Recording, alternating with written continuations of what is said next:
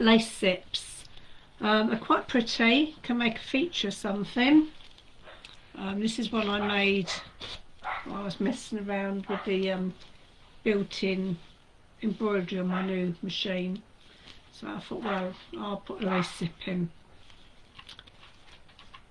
So I found so far that they're very limited in sizes. There's this one I've got here, which is, let me just measure. This one is 20 centimetres, 8 inches. I've seen a 30 centimetre and 50 centimetre.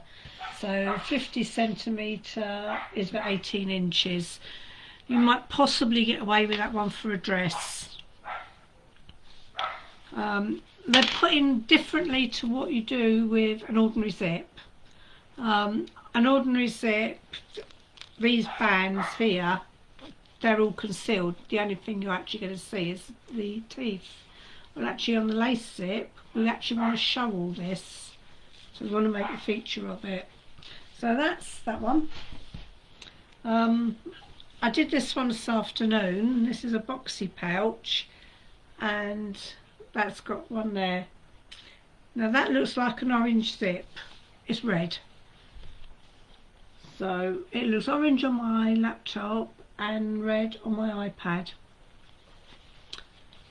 Again, it's had to be surface mounted so you get the effect of it. You can't really put them in like this because you'll lose all your lacy bits. Okay, so ideally it's best when they're put in like this so they lay nice and flat. I bought this one, I bought it a couple of years ago actually. It's a 20 centimetre one and I got it from Plush Addict. Now I've just looked up on their website today, 20 centimetres, which is what this is, and it's £2.50, quite expensive. And so unless you're making something special, that's, you know, quite expensive to make. If you're selling, that's way out price league, you won't make any money at all. So these ones, I got these from Amazon. This one is a 30 centimetre or 12 inches. So it's 12 inches. That one is 8 inches. And I got these, and I got 20 of them, and they were £9.99 for 20. So this was far more cost effective. You can, if you're using them and you say, well, that's far too long, I always buy my zips too long now because I can always cut the ends off. So on the pouch, this one, it was too long, so I actually cut the ends off. So more or less, buy it longer and you can cut it. So £9.99 for 20. So that worked out 50p each. Is that right? 10p. Yeah, 50p each. There was 2 of each colour. So there were 10 different colours. So yeah, more cost effective buying it that way. The only place I could find with a 50 centimetre, which probably 18 inches might just do you for a dress, was somebody called myfabrichouse.co.uk, and for a 50 centimetre zip it was £3.50. Far more expensive than ordinary zips. So that's where I got them from. Don't forget, most of these places as well, you've got to add on postage. So it does make these quite expensive. But if you can justify buying 20, they did do some for 10 on Amazon, but it worked out a little bit more expensive. But if you can justify buying 20, you're far better. See if you can club together with somebody else and split it. Okay, so what I've got is I've got my fabric, and I've got the lining. Doesn't matter what size, any size you want to do. Normally I usually cut out the size of an A4 piece of paper. I actually had this bit of fabric, this lining already. It's red, not orange. I had this already, so it's a little bit smaller than an A4 piece of paper, but that's how it came. So I've got my outer, my lining, and in the middle I've got some Vilene or Viseline wadding, and this was fusible, and it's fusible both sides. So you just got to be careful when you fuse it to the first side, because you've not got anything on the back of it. I put a Teflon sheet underneath so it didn't fuse to my ironing board.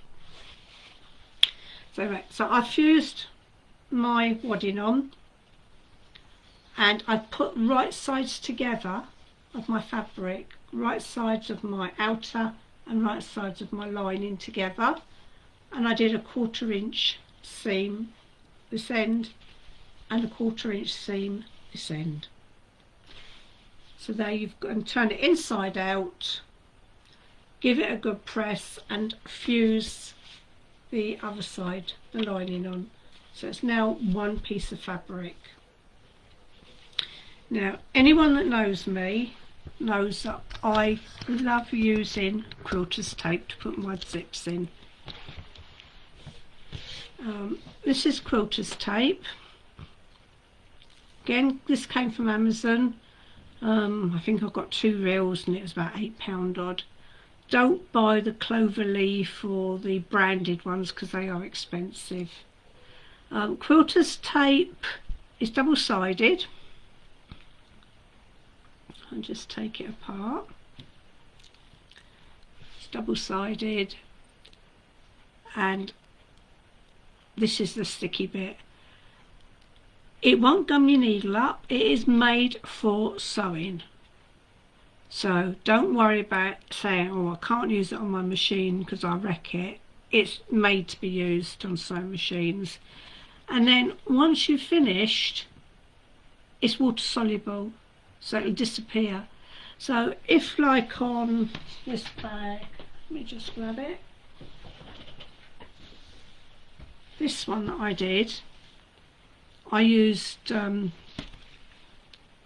tape to put my zip in to keep it in place, and it's now showing. I don't intend washing this bag, so what I'll do is I'll get a cotton bud, dampen it with water, and then I'll just run it along there so I can get rid of the quilter's tape. Don't use double-sided tape that card makers use, because that will gum up your machine. So I've got my quilter's tape. I've put it on already. I'm going to take the paper backing off, and your zip has to go on. It's the opposite way to what you would be doing if you were putting on a zip in an ordinary pouch. So it's going to go along here like this, and this zip, the teeth, are going to go along the edge of here. Now the way I gauged it when I did it, I don't know if you can actually, you know, I can zoom in if I can find the controls.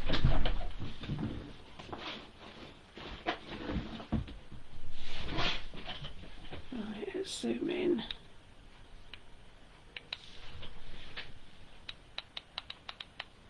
Wow. Okay, so the way I did it was I looked along the edge. Where am I? Oh, looked along this edge,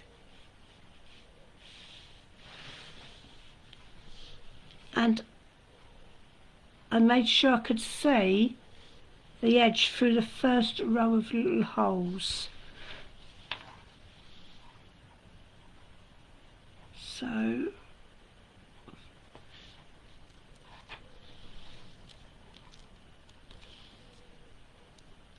as you put it down, you can see that one there, you can see the holes.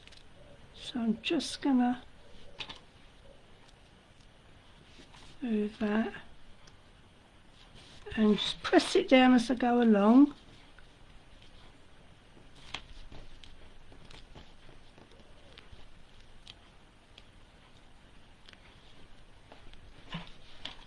And then just give it a little press. I'm going to zoom back out.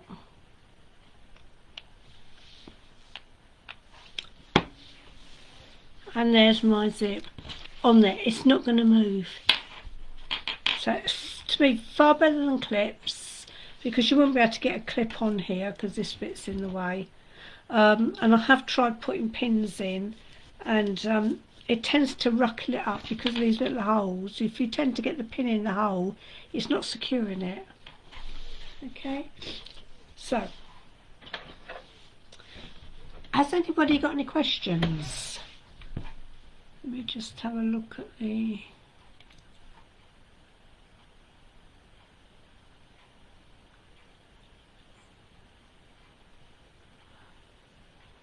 Okay, so I can't see any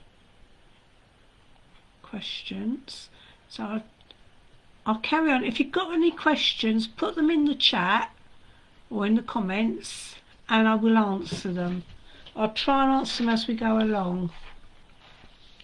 Okay, so what I'm going to... Whoops. I can't see what I'm doing. Okay, what I'm going to do now is I'm going to put my zipper foot on my fabric, on my machine, and I'm going to position it so that my edge of my foot is going to run along the edge of the teeth, and my needle is going to go through the middle hole. So I'll just zoom in so you can actually see that a bit better. Okay, so I'm going along with my zipper foot along here, and the needle is going through these middle holes, and what I'm going to do is just top stitch along there. Okay, and if you could just see on the back, you can just see that I'm well away from the edge of the fabric with the teeth.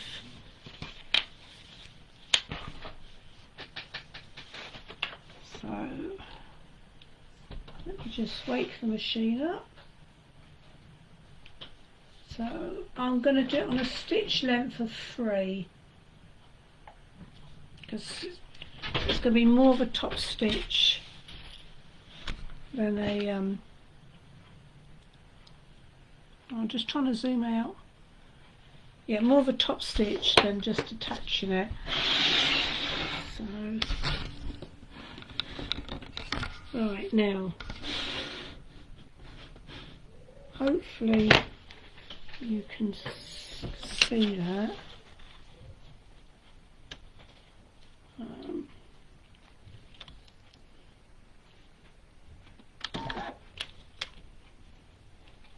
You can undo your zipper pull, that helps. For some reason it's not very clear, is it?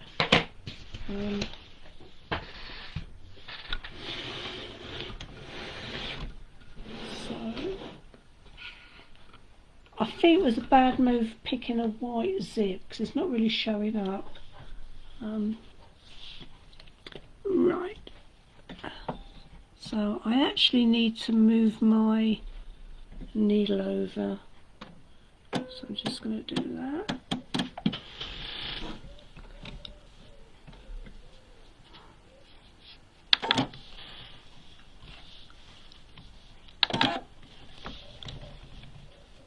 Just want to check with my...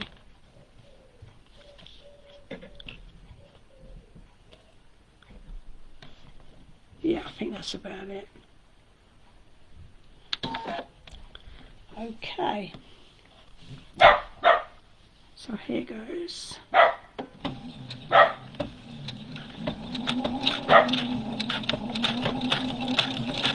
going to do a little reverse at the beginning.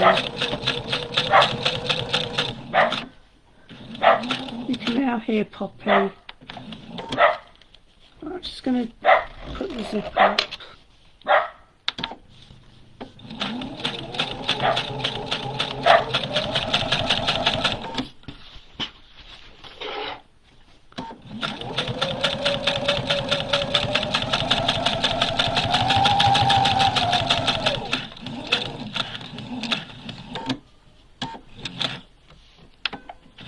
The reverse at the end.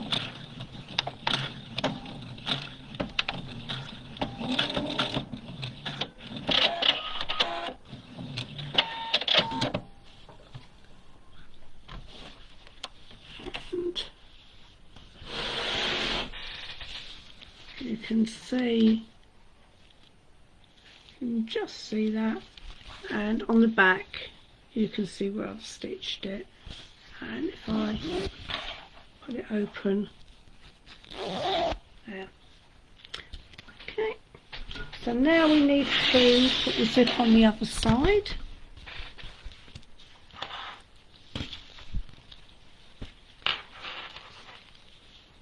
So we need to fold that up, remove the paper off the tape, and just fold over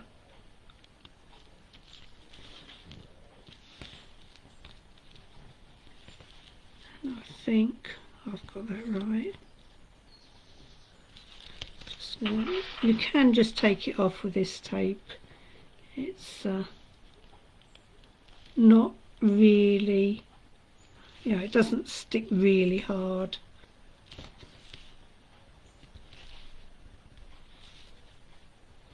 So just push it down, and this time you're going to have to open it to actually stitch it.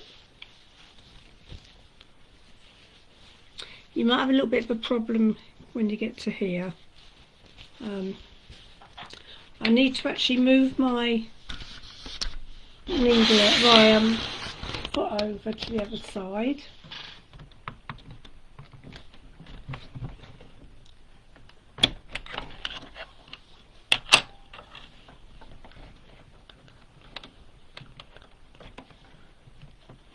So I'm using a Husqvarna machine, and they do go on differently to ordinary machines. Normally I can get it on straight away, but because you're watching me, there we go. So,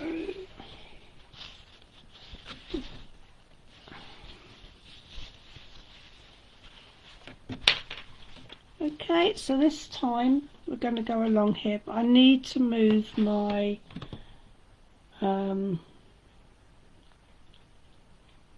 needle back.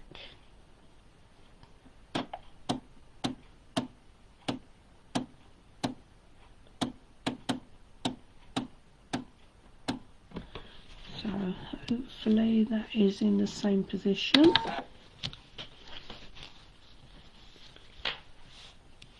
And I'm going to do exactly the same as I did to the other side. Just going to do a bit of a reverse.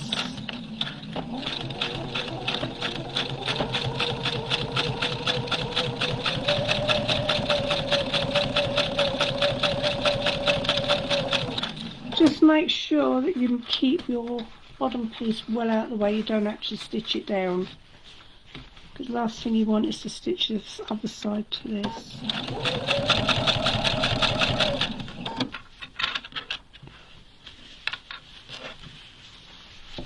And if you just manoeuvre it around, you can get to, whoops.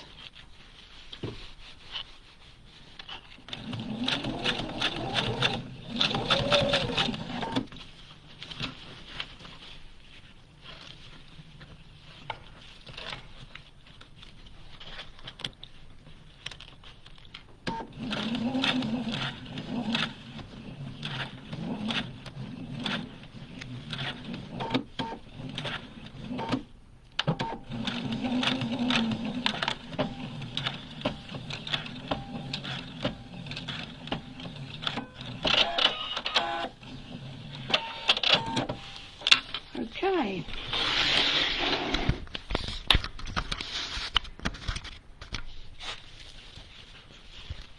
So there we are, stitched on. So this is our bag. Now if I did stitch this up the sides, I'll actually try it now so you can see what it looks like. So what I'm going to do is turn it inside out.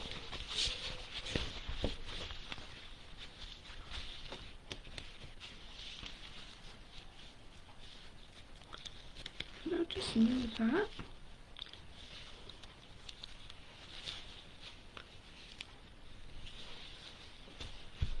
Right, so I'll take my zipper foot off.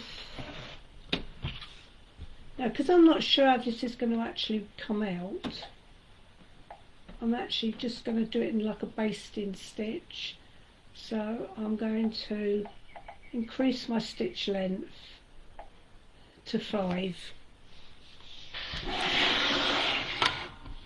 so that I can easily undo it.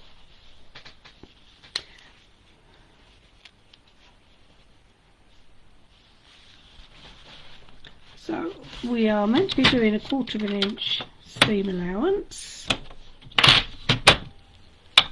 So I'm going to put my 1/4 inch foot on. If you've got these feet, use them because they're so handy. So my 1/4 inch, if I put my fabric along the edge of this here, I'm going to cut the edge of this zip off afterwards. So I'm going to start. Whoops. Might need to have a little helping hand because it is a little bit thick there.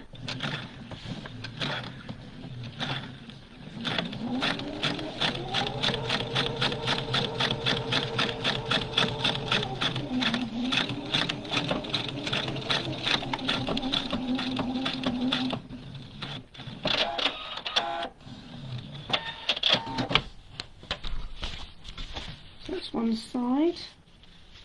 I'm now going to do the other side. Now I've just got to be careful that I don't catch anything on this metal part of the zip.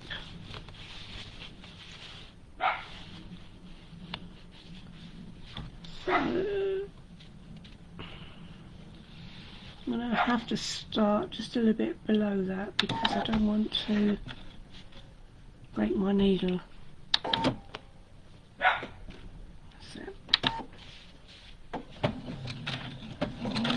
This machine does an automatic start and stitches that start to fix.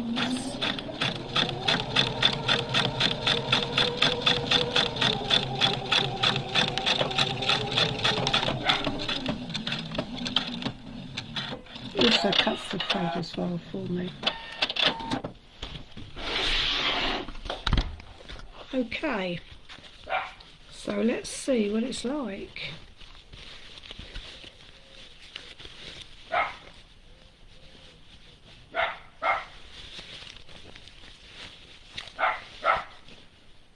Poppy's really making herself heard today.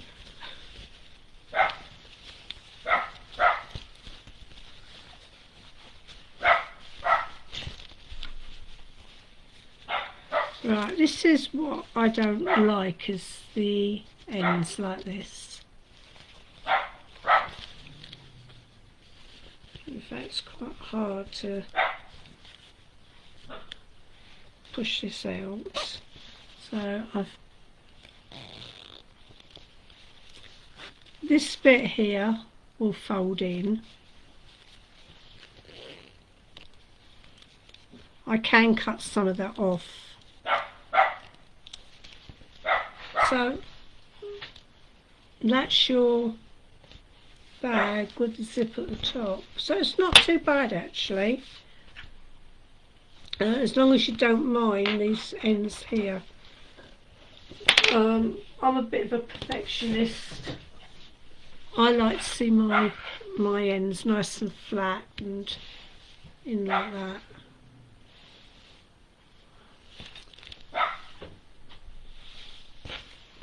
But that doesn't look too bad.